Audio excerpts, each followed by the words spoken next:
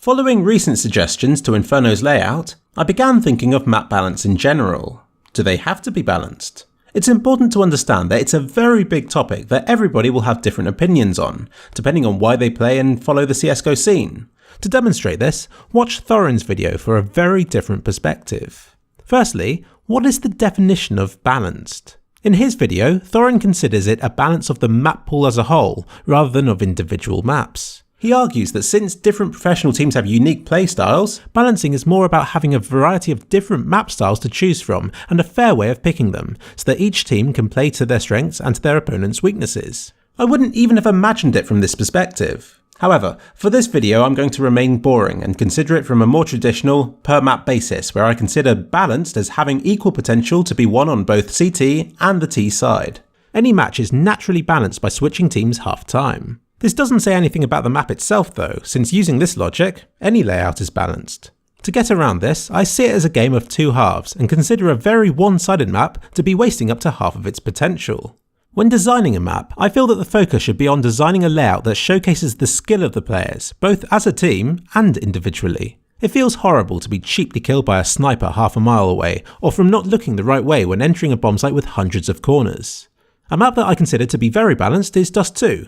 As a terrorist, when I die, it's generally because I was outplayed by the other team. On Nuke, on the other hand, it's normally because the enemies are all camped out in obscure positions and there's no chance of a fair fight when up against similarly skilled opponents. Each side has to bring value to a match. And sure, everybody loves the easier side. People play CSGO, craving the next epic ace or situation where they single-handedly hold off an entire team until support arrives. This happens all too often on CT side, where the enemies have to come to you. But remember that for every kill that you get, another player has died and has to sit out for the rest of the round. From his point of view, it's no fun if he did everything right but the map itself was against him and instead he's reduced to being just a target to reward the other team with points, money and clips for frag montages. Some people will point out that the beauty of a map like Nuke is that every victory for the terrorists means something. Sure enough, it does. It often means that the CT side made a big mistake or that some fluky, risky strategy paid off. That's not about skill, that's luck.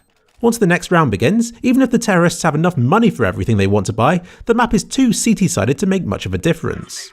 The outlook remains bleak for that round, even if it means that they'll probably win the game in 20 rounds time. Add to this the unpredictable nature of the pistol rounds, and you'll often see matches determined by how the first couple of rounds of each side play out. It's wasted potential, and for every exciting match played on Nuke, there are 100 more where it plays out in a predictable, boring fashion.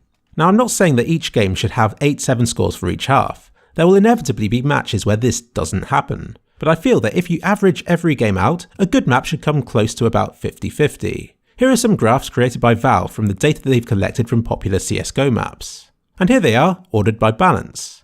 If you had to rank the maps from favourite to least favourite, is it similar to this list? If so, you probably enjoy playing on balanced maps. But these findings are further complicated by how different tiers of play result in different balances. For example, the highest skill levels are more likely to win the first 3 rounds of terrorists, but are then less likely to win the remaining 12 rounds. From this, you can conclude that the higher the skill level is, the more advantage CTs have once they have enough money to defend properly. Since the majority of the rounds are played out in this state, it's fascinating to see that the balance in this situation is closest for Dust 2. In fact, it's only ever been beaten by Overpass for balance, and since then the map has become CT-sided again, so Dust 2 remains the most consistently balanced map for all skill levels. And remember that this data is collected from matchmaking. The pro level teams will be above this again, and I would expect to have even more of an advantage on CT side if the trends continue. Tactics will no doubt have more of a role to play as you move up into professionally tiered matches, but on a personal level, they have a natural advantage when in a defensive position. Thorin's arguments for one-sided maps made sense to me when I watched his video, but with hindsight, I don't see how the points don't also apply to balanced maps, if not more so. For example, he brings up the case of TSM versus NIP on Nuke. They both have history of having a strong CT side on the map, and yet NIP managed to win the first 3 as terrorists. They lost the remaining 12 rounds of the half, only to then pull it back and win once they were on CT. He uses this as an example of how 2 strong CT-sided teams should battle it out on a CT-sided map, where they display their mastery on the stronger side by locking the map down and denying the other team most of the rounds. It certainly makes the rounds where terrorists manage to win more exciting, but I feel that it devalues the rest of them, both to play and to watch, since it's usually filled with slaughters as the terrorist side fails one rush after another. I feel it's wrong for the outcome of a match to be determined by so few rounds, especially notoriously random pistol ones. Victory in CSGO should be a delicious and delicate combination of a number of factors, like skill, economy, teamwork and so on, like a well-made meal. When a map is so one-sided, I think it puts too much emphasis on one element. If CSGO is a roast meal, then Nuke is a plate full of potatoes. Yes, they're nice, but you need to leave room for everything else. As T-side, even a strong team with a good economy and tactics doesn't give them a good shot at winning the round. It's infuriating. Compare this with balanced maps. Every round is equally important and winnable if the teams do the right things, unlike Nuke where it's easy to see the outcome half an hour before we reach it since victory is all too often decided from the random nature of pistol rounds. When the map is balanced, it opens up a lot more opportunities for the teams to play in their own style, rather than sticking to an overpowered, tried and tested CT defense that you can't do much about, even if you're prepared for it.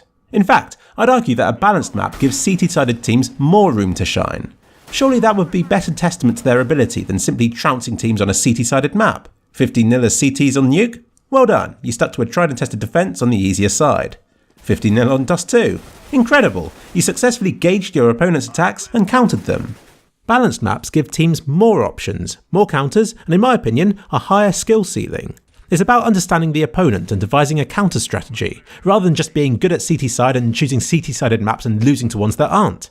That's right, I think that balanced maps have the potential to have a higher skill ceiling. With one-sided maps, once the tactics, counter-tactics, counter-counter-tactics of the map are done, what determines the winner boils down to the ability of the players and the map's natural biases. If both teams are ridiculously talented, then it's the positioning that plays a big part in who will win. I see a biased map where one team has limited options as being like a chessboard where some pieces are missing from one of the sides. In low-level games, this won't matter that much, but in higher ones, even a mere pawn can make a big difference. Let's look at the skill ceiling in balanced maps instead. I still love the map, but people are saying that Dust 2 has become stale. Is that because it's too balanced? I don't think so. It just isn't complex enough. Just because a map's balanced doesn't mean it's good. Here's one that I made in 2 minutes. It's balanced, doesn't mean it's fun to play. The difficulty is that it becomes exponentially more difficult to balance maps as you add more to them. This isn't helped by tactics that may be thought up for the map in a week, month or year's time. What I don't like is people confusing complicated, one-sided maps as having a high skill ceiling. It's just bad map design. Enough of this, let's get to my conclusion. Ultimately, Valve chooses what happens. They have things of their own to balance. CSGO's success depends on pleasing a number of different audiences, ranging from the newbies and case openers all the way to good players and professional leagues. And they, with their infinite wisdom, have decided to remove Nuke from the main map pool.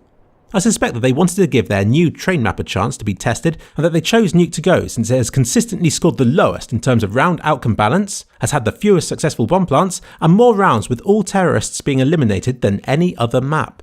And perhaps these factors have knock-on effects, like fewer people being interested in the map and therefore poorer spectator stats for Nuke matches and Twitch streams. I know that I'm less likely to watch a totally one-sided match than, say, a close Inferno game where the balance tips every couple of rounds. So in conclusion, map balance is a touchy subject, but I want more balanced maps and think that they benefit the game as a whole, both to watch and to play.